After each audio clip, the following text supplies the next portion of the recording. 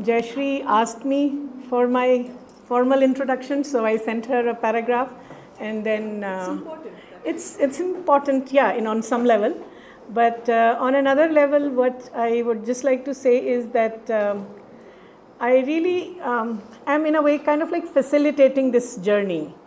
So there is no expert, scholar, those things are important, when you are applying for a job or something like that, those introductions are there.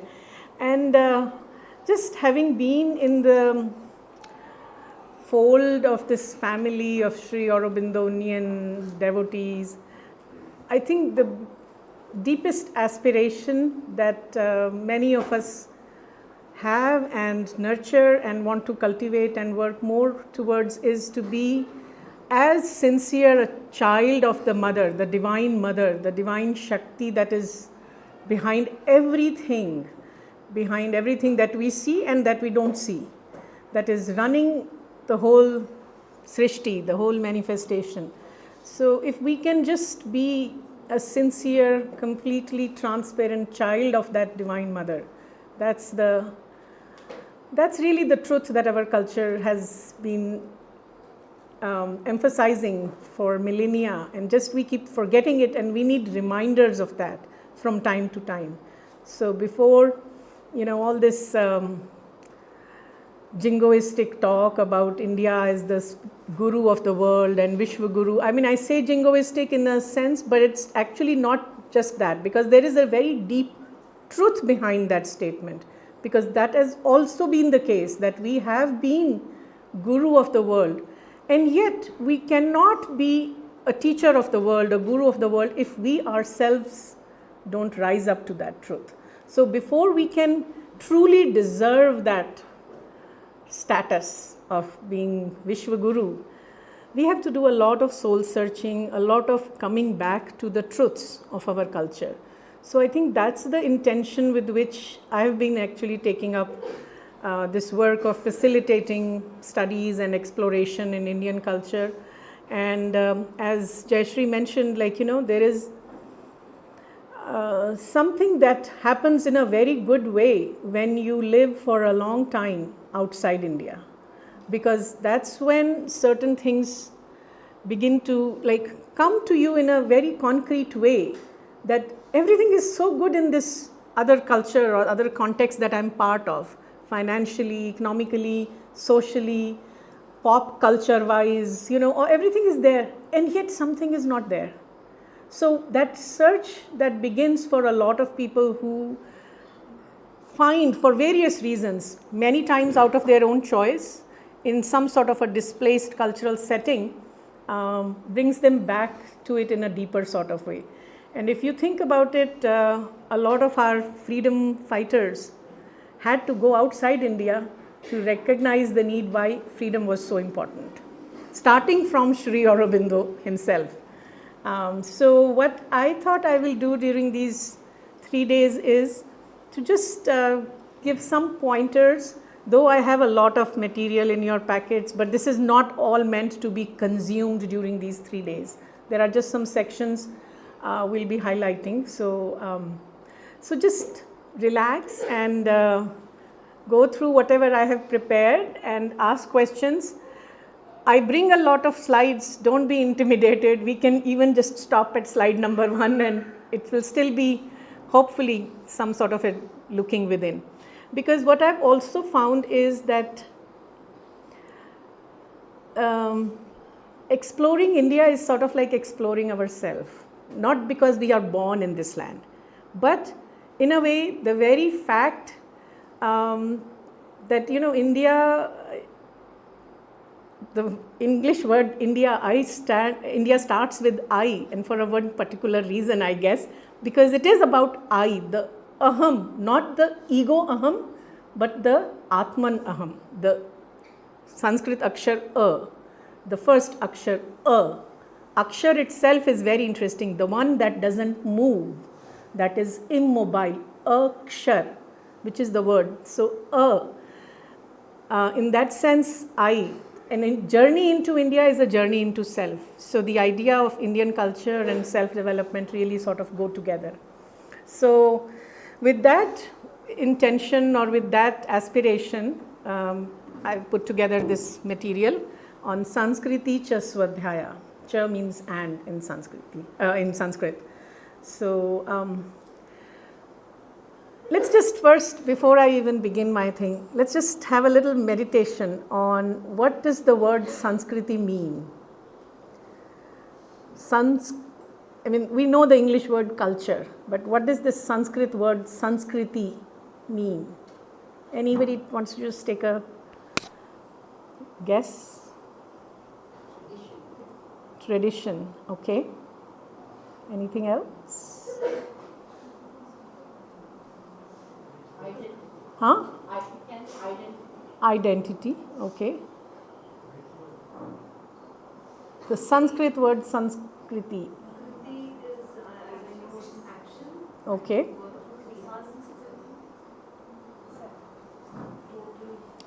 Okay. SUM, there is an English word SUM. What means total? Add it up, right? Kriti is action. Kriti is also creation. Kriya, right? Creation. So some means total, or total can also have the sense of perfection. So something that has been created to perfection is Samskriti. Sanskrit word, the language, Sanskrit, actually it's not the name of the language. It is a language that has been heightened to its perfection. This is why the computer geniuses today think that Sanskrit is the best language for doing a lot of, I don't know the word, programming, coding, whatever it is that the computer people do. Because it is the only language that has been created to perfection in terms of grammatical rules, in terms of the meaning, because one word can mean 1,000 different things, or for one meaning there can be 50 different words in Sanskrit. So all those things have been taken care of in language. So culture is also that which is a means to facilitate the perfection of the being, that action, that creative action that helps the being to arrive at its perfection. That is culture. It's not about how many books I have read, or how many art films I have seen, or how many classical concerts do I go to. Those are just outer manifestations, because those actions help us to come closer to certain aspects of what humanity has been able to create. But ultimately, culture is an inner journey. It's an inner work. That work which helps me arrive at my perfection. And Swadhyaya, I think everybody knows. Adhyayan means, you're all teachers, so Adhyayan, study. Swa means self, right? So it's a study by self and study of the self. Study by self, which was like, when you study something on your own, self-study. Traditionally, it was used as a way to, talk about study of the scriptures, self-study of the scriptures, with some guidance from the guru, but spending time. This was actually one of the instructions given to students graduating, that never forget your Swadhyaya, that never forget that you have to constantly study on your own. We all know those things, Acharya Devo Bhav, Matri Devo Bhav, Pitra Devo Bhav. All that is part of one big shloka that was given as a graduation speech. It comes in Taittiriya Upanishad. And this idea also, continue your Swadhyaya. So it's a lifelong self-study, study of the self. So these are sort of like two things that I hope these 3 days will help us encourage. So is there any question or comment at this point before I proceed?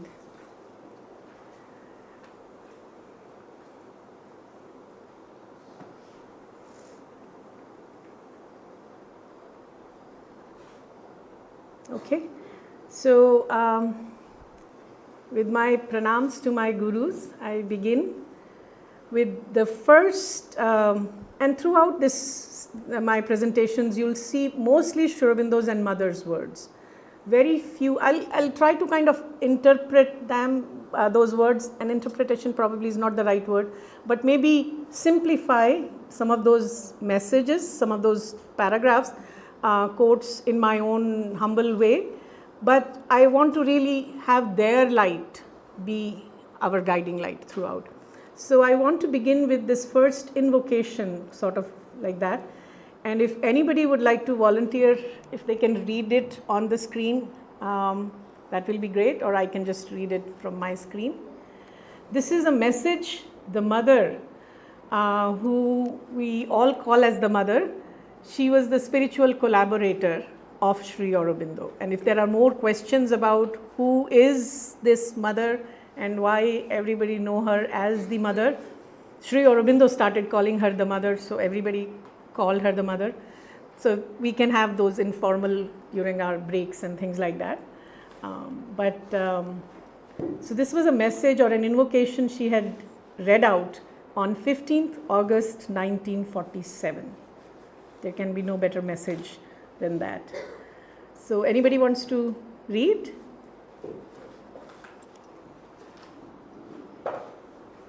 Yeah, we can just pass on one mic there.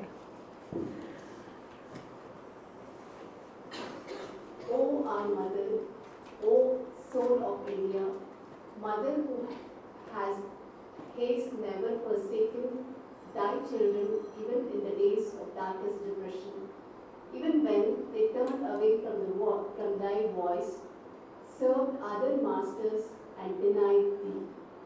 Now when they have arisen and the light is on thy face in this dawn of thy liberation, in this great hour we salute thee. Guide us so that the horizon of freedom opening before us may be also a horizon of true greatness and of thy true life in the community of the nations. Guide us so that we may be always on the side of great ideals and show to men thy true visage as a leader in the ways of the Spirit and a friend and helper of all the peoples. So this was her prayer to Mother India, to the soul of India. And this is one of the first things that we kind of find very important when we try to understand Sri Aurobindo's and Mother's vision of India. That for them, one of the first things that they emphasize, that the truth of India is not that she is just a country, a piece of geography, land with some mountains and some rivers, and she's not even her people. But there is something more to the truth of India.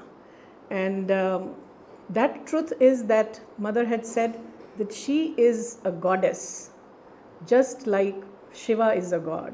And if she chooses, she can manifest in a human form. So, and then she also added, I guess she or Sri Aurobindo, it's one consciousness, that each nation has a deity behind it. The truth of each nation is some deity. And the truth of Indian nation is the Divine Mother Durga, the one who is extremely compassionate and the one who is extremely courageous. So her invocation is also to the Mother, the soul of India, which is the Divine Mother herself in the form of Durga. That reigning deity of this land called Bharat, land called India, even though we have forsaken her from time to time, she has never, because a mother never gives up on her children. So that's her prayer. And then she ends with that, may we always be on the side of great ideals, the ideals for which this land came into being, came into, this land, when we see not just the geography, but like in the ashram, there is in the playground, there is a spiritual map of India, which is oftenly understood as Akhand Bharat, which includes the territories today known as Pakistan and Bangladesh and Nepal and Bhutan and few other countries. So wherever is that soul which chose to manifest in a certain way, that is the Bharat, and that's the spiritual truth of India. And then she says, may we live up to those ideals, so can we be in true sense leader, guide and helper of the world. Sri Aurobindo always said, we forget most of the times, generally because we are not taught in our schools about full history of our freedom movement, that Sri Aurobindo was also a revolutionary who spent a year in prison. And if there is interest, I've brought a documentary on that 1 year in Sri Aurobindo's life in prison. We can watch it after dinner tonight if there is interest. He always said that India needs freedom not for her own sake, but for the sake of the world, which is what had brought him into freedom movement and many others. That India's freedom is necessary not for India's sake alone, but for the world. And then he also said, if India will forget who she is, if Indians forget who we truly are, it will be not just a loss to India, it will be a loss for the humanity. So, because there is some truth that only we can bring, just like there is another truth that the land known as America can bring. And actually somebody had approached Sri Aurobindo once for a particular message to America, and he emphasized that America's mission is to perfect matter, just as India's mission is to perfect the expression of the spirit.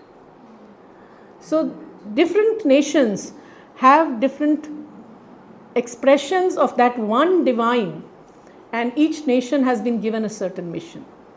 So that is what the journey of a nation's soul has to be. So when we go within, and the fact is that, because we are Indians, so sometimes it's a little easier for us in that sense. We are, I guess, blessed in that way, that when we begin our inner journey into my own self, at the same time it is a journey into the Indian nation soul. Americans may have a little bit more difficult because their nation soul is slightly different from their journey within. But that's, And then again, I should also just clarify one thing before proceeding further. When I say Indian, it does not mean the person has to be born in this geography called India. There are actually more Indians in European or Western bodies than the other way around. It is an attitude to life. It is a view of life where the truth is from inside out rather than outside in. So that's what makes truly an Indian way of being. When we always look within first to find the truth of something. So that's, so it doesn't mean necessarily born in India and not be Indian. Absolutely. Most people are like, most of us have been one way or the other at some point. So with this invocation, let's look at some of the truths of India. So the ancient name, or the name, even our constitution recognizes India, that is Bharat. In our preamble it says. So Bharat is the two root words that go into the making of the word Bharat. Bha, from which also comes the word Bhanu, Bhaskar, sun, that means light. And Rit comes from, when we go a little deeper into the session on Vedas, it comes from that Ritam, Satyam Ritam Brihat. Rit means the right cosmic order or truth in action. It's not a truth that is static, but truth that is in action, that manifests in action. So Bharat comes from two words, truth and light. So the very name itself gives us what we should be seeking. Truth, light. The invocation with which we started, right? The Satyameva Jayate, the motto that we have behind, below the national emblem, right? So Satyameva Jayate Nanritam. The second line of that shloka in the Upanishad is Nanritam, not the untruth. Satya, only truth will win, not anritam, not untruth. That part is not there in our motto, but that's the whole. So this has been, that ancient truth has been recognized to the day. This is what I just said. India is a living being. That's what Mother had said in one of another messages. This is the spiritual map of India, by the way. I forgot that I had brought a picture of that. And this is just Mother standing. If she likes, she can manifest in a human form. I think I've already covered that.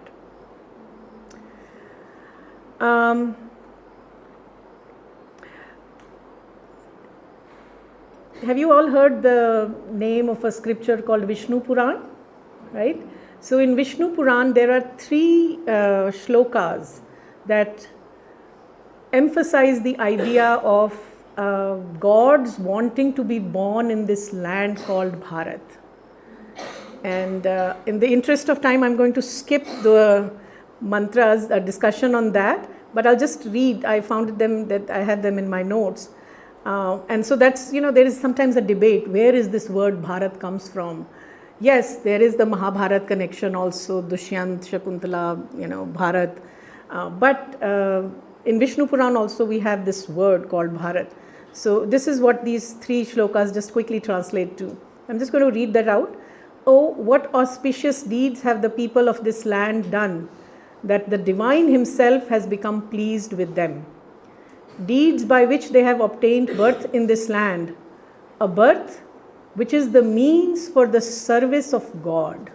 So our mission was described right there in Vishnu Puran.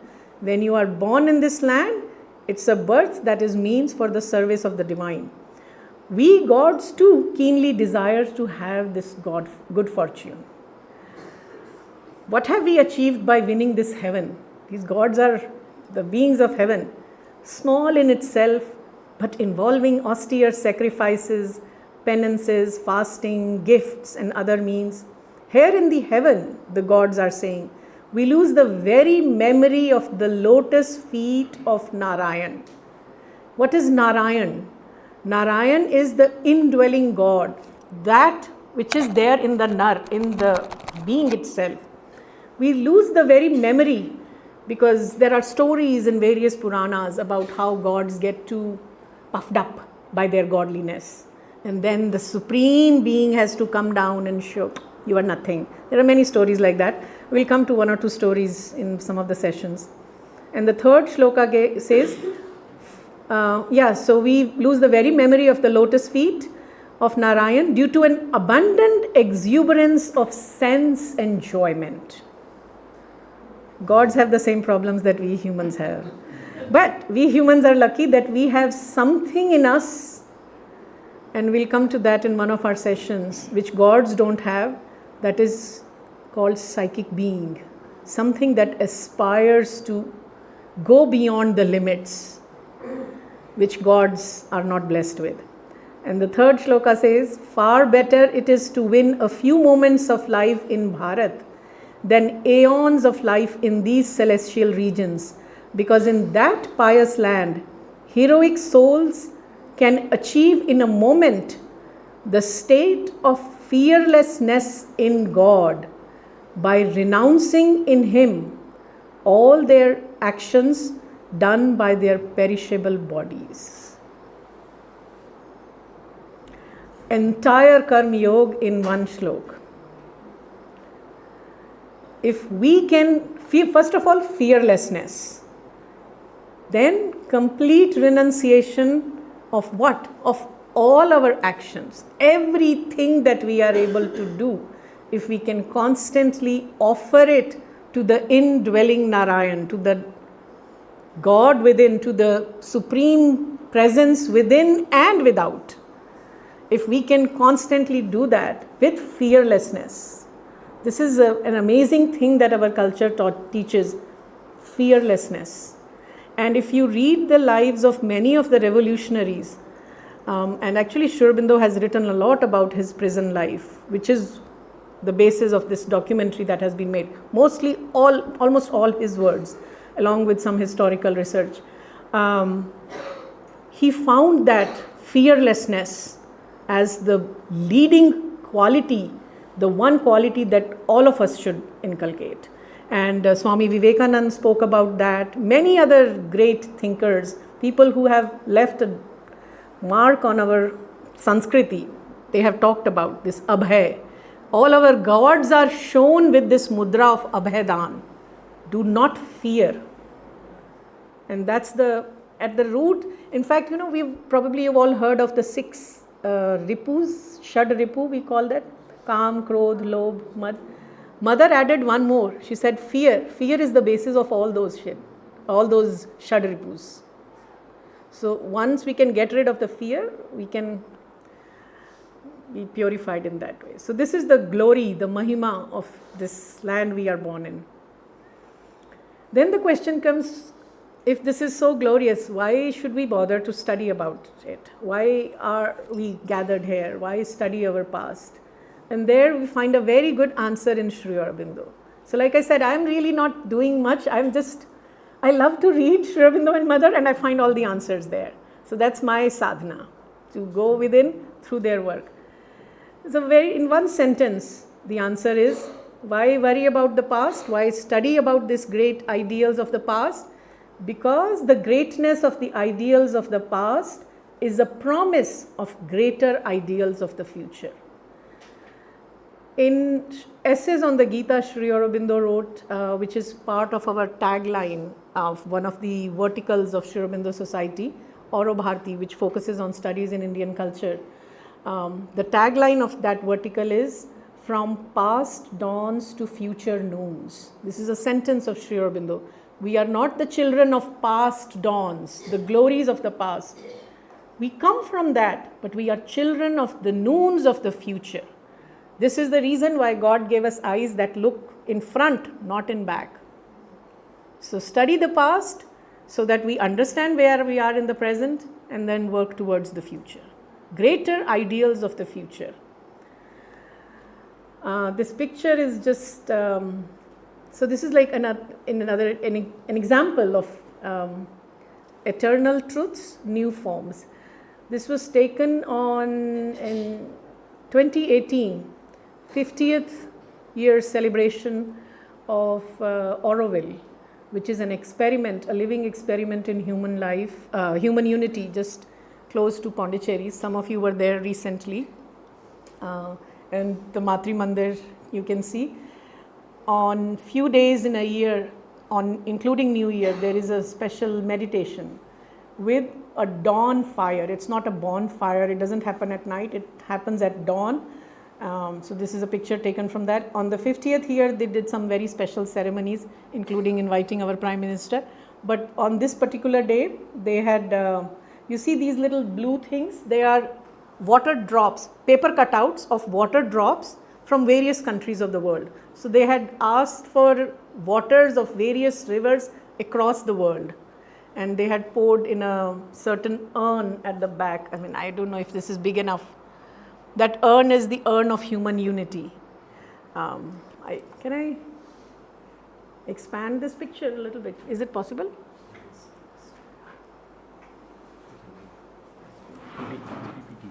Yeah. Can we do that? Oh, my computer is not that advanced. No, but there will be here.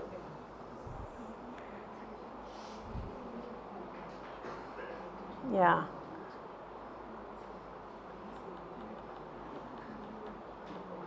Yeah, so now you can see it more clearly.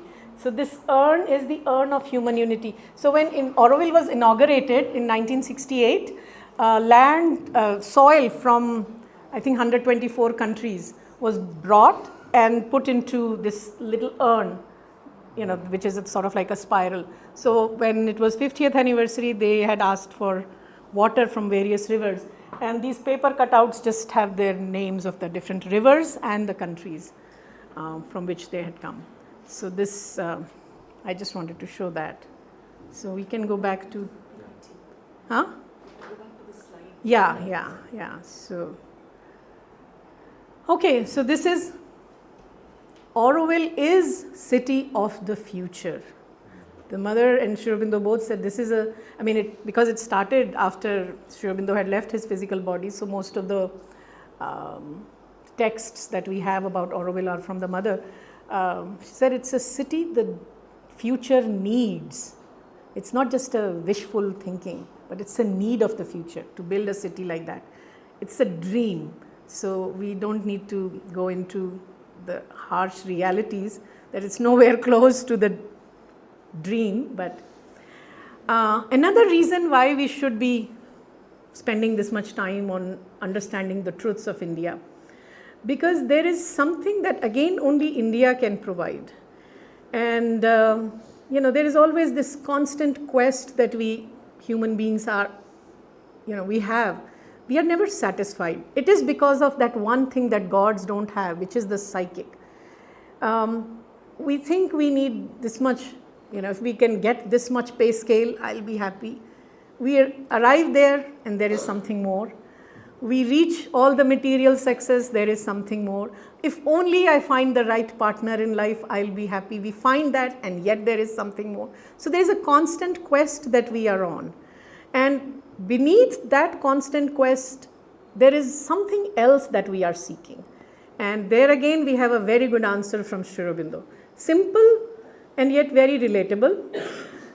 What we are truly seeking is a true happiness in the world. Not happiness, just happiness, but true happiness in the world.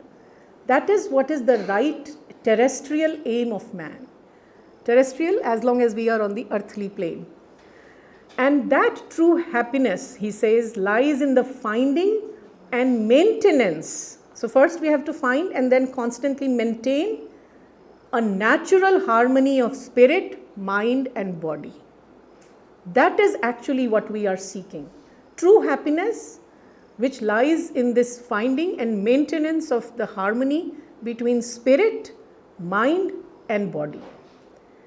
And the extent to which a culture can help us arrive at that harmony, that is the intrinsic value of a culture. Not how many artificial intelligence driven robots we can create, but can that, whatever it is that a culture creates, can that help people arrive at that harmony, true harmony between spirit, mind and body. So if Indian culture can do that, let's value Indian culture. If any other culture can do that, let's value that. So a culture's value is to be determined as to the extent it can help you find that key of this harmony. And not just in theory, but actually organize the lives help us organize our individual and collective lives so that we are constantly working towards finding that harmony. And then Sri Aurobindo in a very cryptic message said that what science failed to provide to the humanity, India has given in 3 terms. People think Sri Aurobindo is hard to understand. I don't think he is, if you find the right key and the right words. It's a one sentence, in one sentence he'll summarize such a huge philosophy. 3 things India has given: Brahman, Yoga and Dharma. Nothing less, nothing more, but everything is summarized in that. What is Brahman? What is Yoga? What is Dharma? If we can understand these, we can begin the journey to understand India. Because India's answer to this constant quest that we are all on as human beings, and as our Puranas say, this human birth comes with a lot of tapasya. Because everything is evolving. At some point, we were also insects. From insects, we became some better, higher beings, walking on 4 legs, whatever. And then ultimately we find this human birth. And there are stories which describe why human birth is so significant. How gods were satisfied once they created the human form. Okay, now the perfect form has been created. Now the god said, I will dwell in it. So there are stories like that, interesting ways. So once that we have arrived at this human birth and we find that we are on this constant quest, in a way, if you think deeply about your own life's journeys, You were on some quest which brought you to creative. We may or may not be conscious of it, but that quest is there. And that's, I mean, I talked to the few people that I've talked to, and yesterday I talked to someone else. And how do you come here? How did you reach here, or how did you arrive here? There is always some background story, right? So that constant quest, three things that India answers: Brahman, Yoga, and Dharma. And what it says is Brahman is the eternal goal of life. So how will you be happy if you don't have an aim in life? Mother had said in another very beautiful short sentence, an aimless life is a miserable life. Anytime you find you are sad, you are in misery, you've probably forgotten your aim in life. So always come back to aim. And then she said the next sentence, that on the quality of your aim will depend the quality of your life. Right? So your aim cannot be just, whatever, I don't know, watch this movie or that movie, something like that. So Brahman as the eternal goal of life. No higher goal possible than that. Arrive at Brahman, and then we'll come to what is Brahman. How do you arrive at Brahman? How do you possess Brahman or become one with Brahman? Yoga is the means, not just the asana or not just the pranayama, but yoga. Yoga is that, or yoga is that systematized, methodized effort to transcend our limits and go beyond, or to arrive at one's own inner perfection. And if yoga is hard, if yoga is difficult, Mother India was very compassionate. She said, if you can't do yoga, live a dharmic life. Live according to the dharma. So what is this dharma? Gita is all about helping Arjun find dharma, right? And but there can be some very simple ways to understand this idea of dharma or dharma also. So dharma as a word comes from the root dhr, from which comes the word dharti. What does dharti do? Dharti, the earth that we are on. Dharti is that which holds us. Without dharti, we'll fall into patal lok, right? The nether worlds. So dharti is that which sustains. So dharma is that which sustains, which holds the being together, which holds the individual and the collective life together, which holds the harmony of the individual and the collective life. And dharma as a word is also derived, this is what the Sanskrit etymologists will tell you, from the word rit, which was the word earlier we talked about, ritam, right? Satyam ritam brahat. It's a derivative of rit. So rit is cosmic truth, the right order. Dharma is on the manifestation level, on the terrestrial level, that which helps us live as per the cosmic truth in action. So when Krishna tells Arjun, you are Kshatriya, you fight, that is your dharma. That's the very first lesson he gives. Very first lesson. He is reminding Arjun of his dharma, because that will maintain the right order in society. You were born a Kshatriya, your dharma, your work is to fight for the right causes, the right order in life. So that's the first lesson. And then again, Arjun contradicts him, and he's also poor guy, he's right. But because dharma is not an easy thing to understand. Killing people, how can that be dharma? And then he asks those questions, and Krishna always has right answers, but that's a different story. So these three are the answers that India has given. Hence, we who were blessed to be born in this land, or to be, our passports tell that we are Indians. So we should at least have some understanding of these three things. So let's talk about Brahman a little bit. Most of Sri Aurobindo's writings are in English, few in Bengali, and very few in Sanskrit. There is one particular writing of his in Sanskrit, which is actually called Sri Aurobindo Upanishad, his Upanishadic treatise. And this is very different from many of the other Upanishads. it's in prose first of all. There are other Upanishads also that in prose, but there are two terms from the very first verse of his Upanishad, Sri Aurobindo Upanishad, which is a very good description in the light of Sri Aurobindo what is Brahman. One is Ekam Advitiyam, one without a second. So this is what the first verse says. There is Brahman alone. What is Brahman? The very question itself, the fact, who is asking the question, he says, is the Brahman that is asking the question, what is Brahman? Because there is nothing else.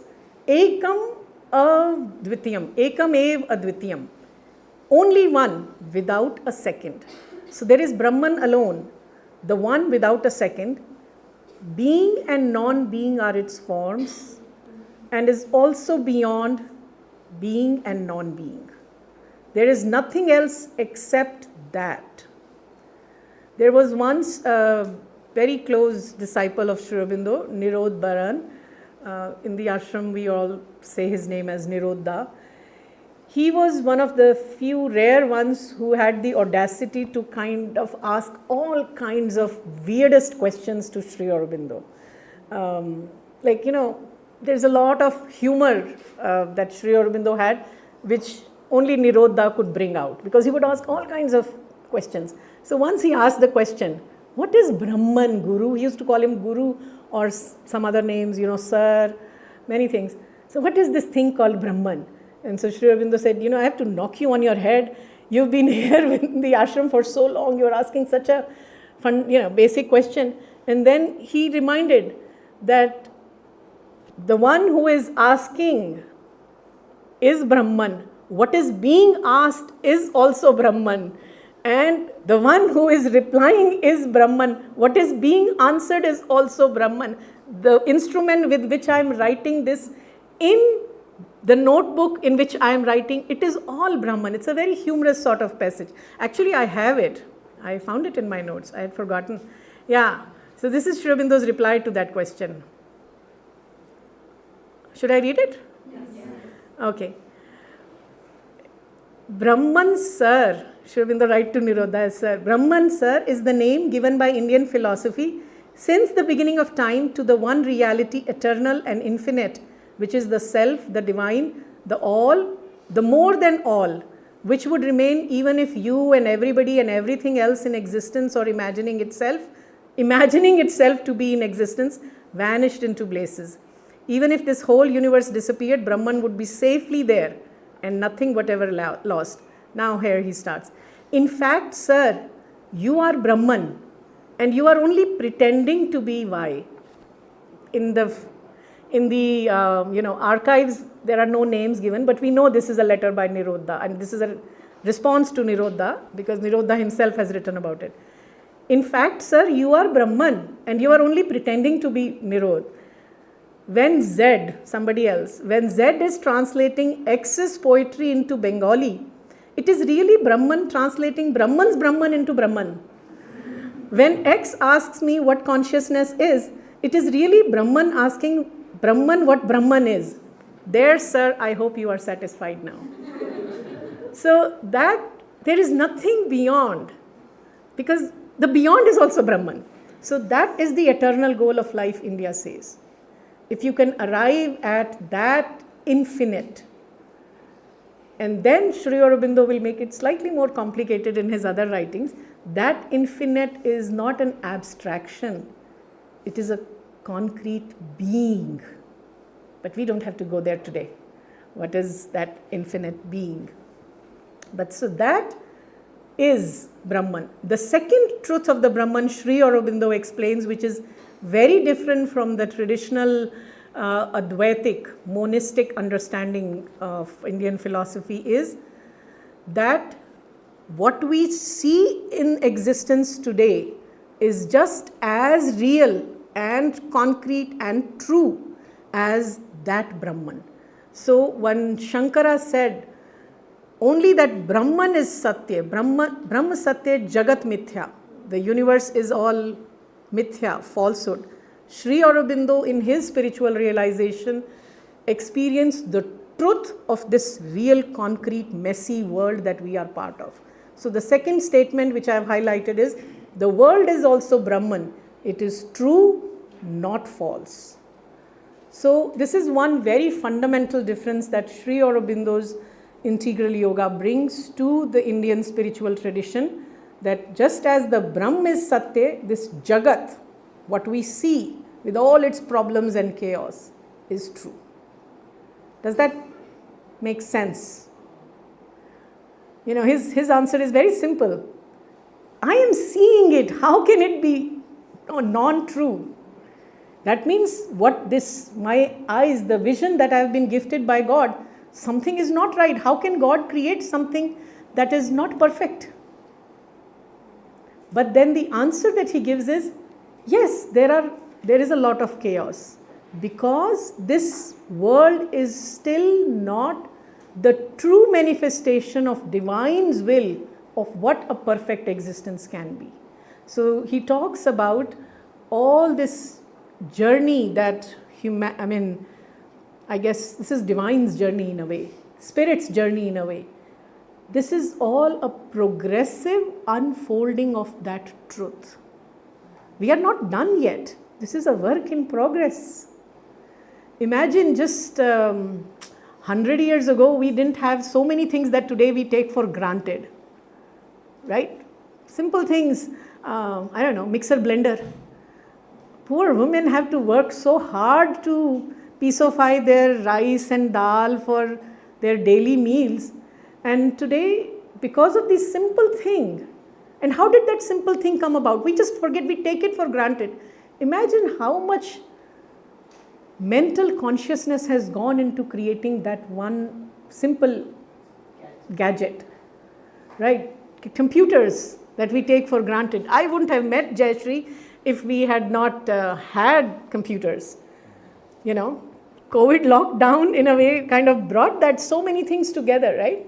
So there is never, nature doesn't make mistakes like that. Everything is a means for the progressive unfolding of the truth. Because we keep forgetting our truth, sometimes or many times rather, nature has to awaken us through blows. So COVID was kind of like a blow. Stop killing bats, for example. Stop testing on, poor creatures. Whatever. There could be several lessons we can get from that. Stop creating such dirty surroundings. So that's up to us, whether we can, we were given minds to use it, not just to sit on it. So it's a progressive unfolding of the truth, but it is true.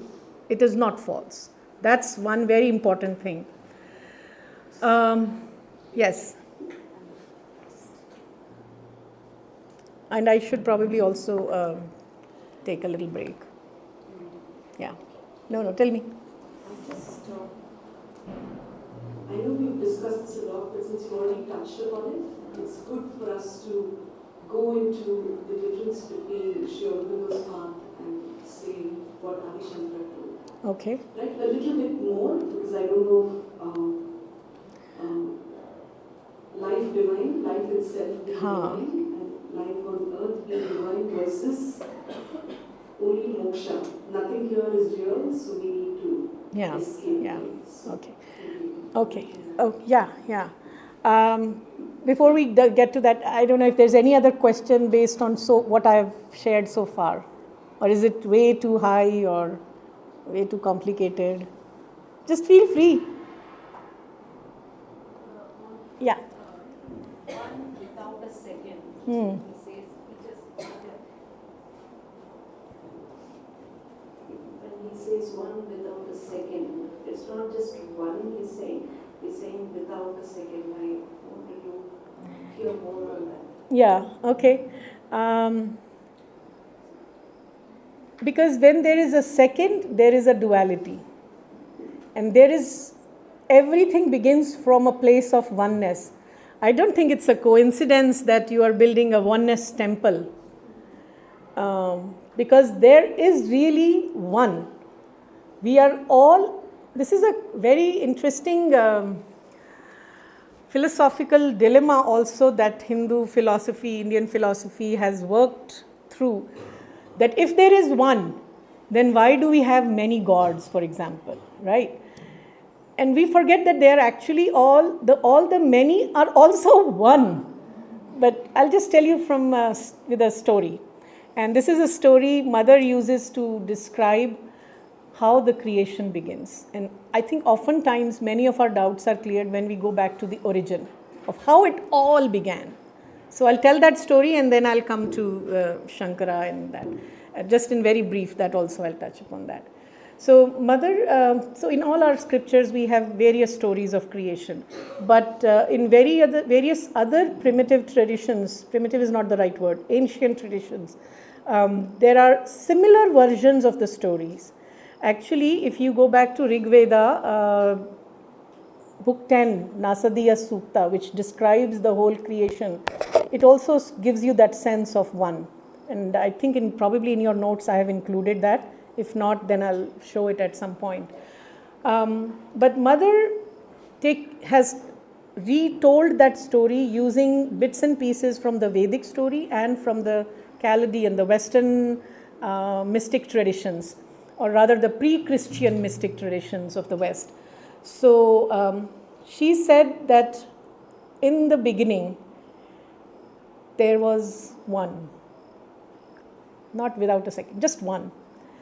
And in the Upanishad it says, there was that one, but the one got bored.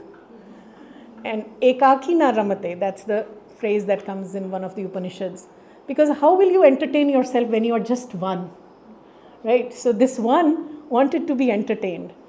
So this one looked around, there's no he or she, because it is it. Because the one didn't find anybody, so the one brooded on itself, concentrated on itself, and through that intense concentration, one becomes two. So one supreme being, the second, because it came as a result of concentration, that becomes the Supreme's Shakti, Supreme's will, because it came from a concentrated will. They are not separated, they are still one, but it's one becoming two. Right? This is how the whole Srishti begins. Now that the one has realized that I can become two, the one says I could even become many. Right? And then the whole story continues. But why did the one become two? Because one wanted to be entertained. How would you entertain? Ekaki na ramate? If you will have things around. Children like toys, right? We like gadgets, we like works, right? So there was a desire, not in the wrong sense of the word, rather there was a will to manifest. This again goes back to the Veda. There was a desire or a will to manifest. So the only reason when one becomes two or eventually many is when there is this will to manifest. Otherwise, contentment with just being one in the unmanifest. So Brahman is the transcendent in this context, the one which is beyond all manifestation. Look at the word Brahman, or what in Hinduism we often call as Brahma, as the god of creation. How did it come about? Bra word comes from it's a Sanskrit root which means expansion. Nothing else. There is no religion about it. It's all pretty simple, straightforward, linguistic truths. That which is an expanding. So when that one chooses to expand itself, Brahman, then only it becomes the manifest Brahman. Otherwise it is happy being one without a second. Right? Then the story of creation continues, which Mother describes in many different ways. So then this one who has now become two tells this Shakti, okay, let's just create some more, have more fun. And so the Shakti says, okay, you just sit behind, you are, whatever, a little lazy, or the Purusha, static. Shakti is the dynamic poise of that one. The other part is the static part of the Brahman. So I'll go, I'll create. So 4 emanations come from that. Again, she's Shakti, so she concentrates. 4 beings, 4 emanations come from that, and they plunge, they go in a downward journey. And then as they're going, they realize we each are actually emanations of that divine Shakti, supreme Shakti. We are powerful beings in our own. So they separate themselves from the Shakti. So the 4 original creations or emanations, which Mother describes as, one was consciousness, the other one, or consciousness or light, the other one is life, third is ananda, bliss, delight, and the 4th one is knowledge. So these 4 emanations or light, actually knowledge and light are one, consciousness and consciousness, life, delight, and knowledge or light. So they 4 separate themselves. They say we have nothing to do with our source. We are fully confident on our own. Children do that, right? When they are 18, now we are fully independent beings. We don't need our parents. They know that is not happening. They'll still call their parents. But what happens as a result of that separation, they plunge into this deep darkness and they forget their truth. So consciousness becomes inconscience, truth becomes falsehood, knowledge becomes ignorance, and life becomes death. Or actually ananda becomes, delight becomes suffering, something like that. They become the exact opposite of that. And then they realize something has gone wrong. That Purusha standing behind said, what have you done? That something is wrong. And there are different versions, because Mother used to teach children in the ashram. So in different versions, she has tweaked the story in a little bit. In one version, she says, then a cry went up from below. Do something has happened, these 4. And these are, by the way, in our Indian tradition, we say these are the asuras, the 4 asuras. Asuras were the first children of the Divine Mother. Remember that. So there is no asura, no rakshasa. They are the first children of the Mother, right? So when the cry went up, Mother sends a force of love. Hence, love is the ultimate solution. When that ray of love came down, the first thing that got created was matter, which is the basis on which we exist. We are not existing in ether. We are solidly on matter. That is the first thing that love created. And what Mother also took care this time was, she made sure that my children are not separated from myself. So she said to her partner in crime or whatever, send a little something of yourself with this. So the first touch of the divine itself, that one without a second, there was some portion of it that was sent with that ray of love. Hence, there is divine hiding in matter. This is why there is so much emphasis on perfection of matter. Imagine, we don't even have to imagine 100 years. In 1994, first time I did my registration for my PhD course online, and I remember the thrill. I went to a computer lab and I sat there and I did my registration for the courses, and I didn't have to wait in line. And there was a smaller line for the computer lab rather than the long line for registration for courses. This was in the US. And imagine there was this thing called internet on which we could register for that courses, right? How did that come about? Because there is some spark of the divine in matter. From matter comes life. Again, because there is a pressure of the divine, because they are not happy just with matter. Something more has to come. See, now the game has started. So every new things will start coming. Then comes life, which is the first stir in the way there are Puranic stories about how the Supreme Being was lying and there was a stir and all these, first plants come and other life comes and other life forms come. Then in life comes mind. And the mind's perfection comes when this thing called Manu comes into being. Manu is mental being. From the word Manu comes the word man. It has nothing to do with gender. It has to do with the intrinsic characteristic of the being. The one with the mind. Mental being is Manu. Right? So, this is how, now there are many. But when it chooses not to manifest, it is still that one. The entire goal, because there is that spark of the divine, and there are other stories, we'll come to that when we do our sessions on Vedas and Upanishads.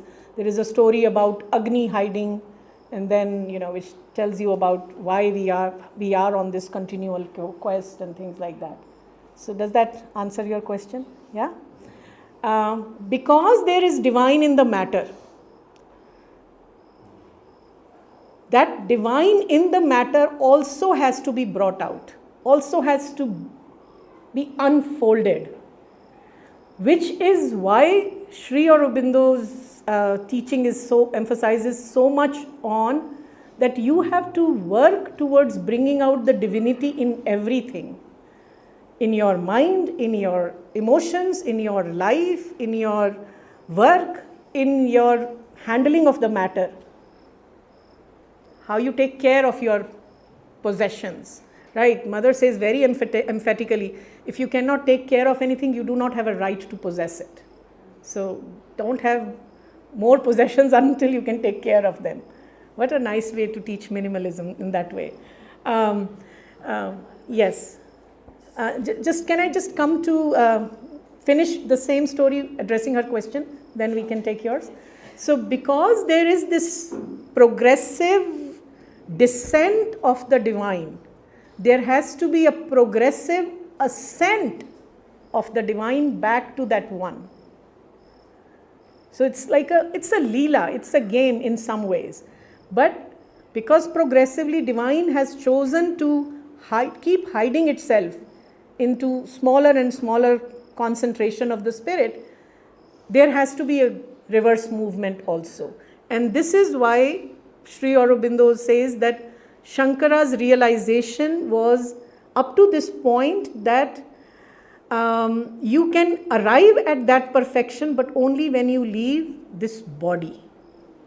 And all that we see is in a way illusion, not in the illusion that it says it does not exist, but that it becomes illusion when you arrive at that transcendent state in your samadhi, in your meditation. Then that is so blindingly real, then all this becomes looks like a dream, unreal. In that sense he meant it's mithya. He didn't say that it shouldn't matter, because if that were the case, Shankara would not have done two things. And there is a beautiful aphorism, a funny aphorism Sri Aurobindo wrote. Aphorism is like sutras. In very small paraphrasical thing, you say a lot. And in India, we have in the Indian literature, there is a whole tradition of sutra literature. Entire Arth Shastra, entire Kam Shastra, they are all in sutras, short little poetic or prose phrases.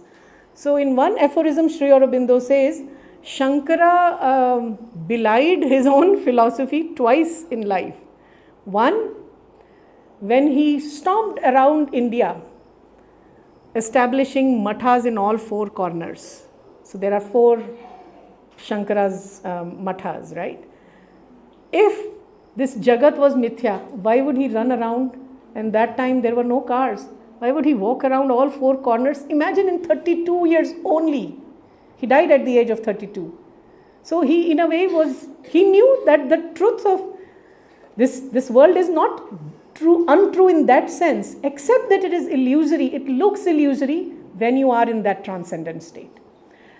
So he walked around this length and breadth of the country, establishing 4 mathas to organize the society around truth, around dharma. And the second, which was a promise that he had given to his mother, was when he went to do the Antim Sanskar, the last funeral rites of his mother. Because his mother only permitted him to go and become a sannyasi if he were to come back and do the last rites. So in that sense, because he said, in a state of samadhi, this world looks unreal. So if you truly want to stay in that state of bliss, you have to leave the human body, because there is no bliss possible in this human body, which Buddha also had said much before Shankara, that the only thing that you will have in this existence, in this world, is suffering. The only way out of the suffering is to walk away. So from that time actually onwards, from Buddha's time onwards, this idea that you have to escape the world. In India, before Buddha, we used to say that there were 3 purusharthas only: Artha, Kama, Dharma.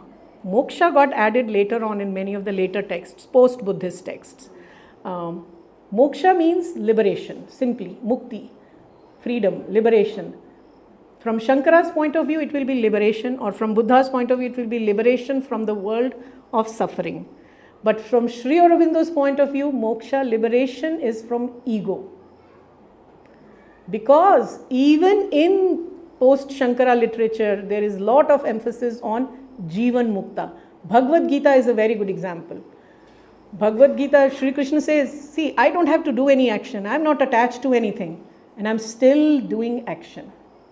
I'm still working so much so that I'm even driving your chariot, for God's sake, for my own sake, whatever, So, and he built Dwarka brick by brick. He led villages, imagine from Mathura to Saurashtra. So, he didn't have to do it, and yet he's doing it.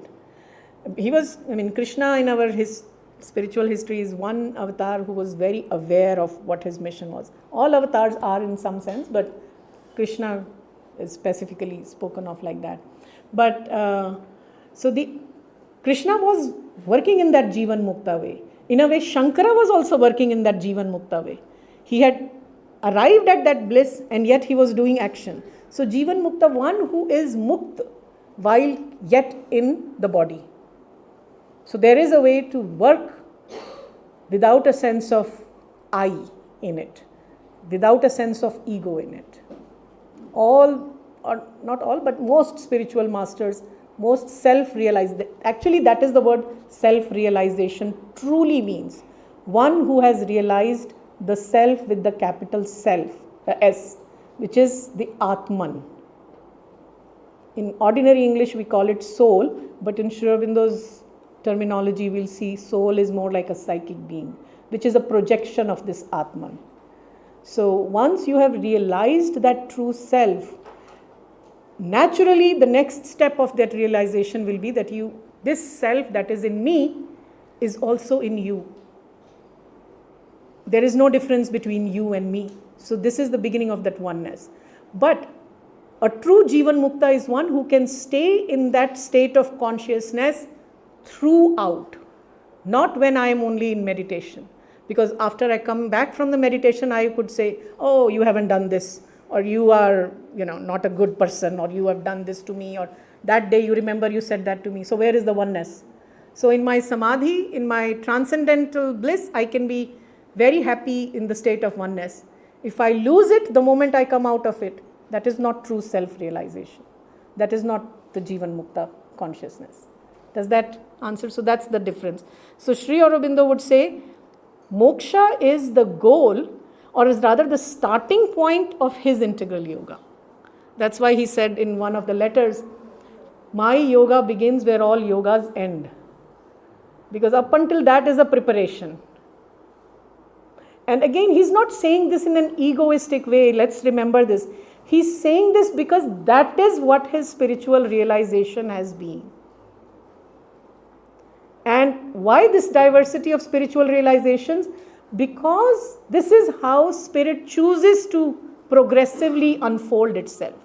What is the point of sending so many spiritually realized people on this land only? Why not other lands? Because this is the only land, this is chosen for this work. So let's just take advantage of being born here and being a part of this trajectory. I don't know if I've addressed that question.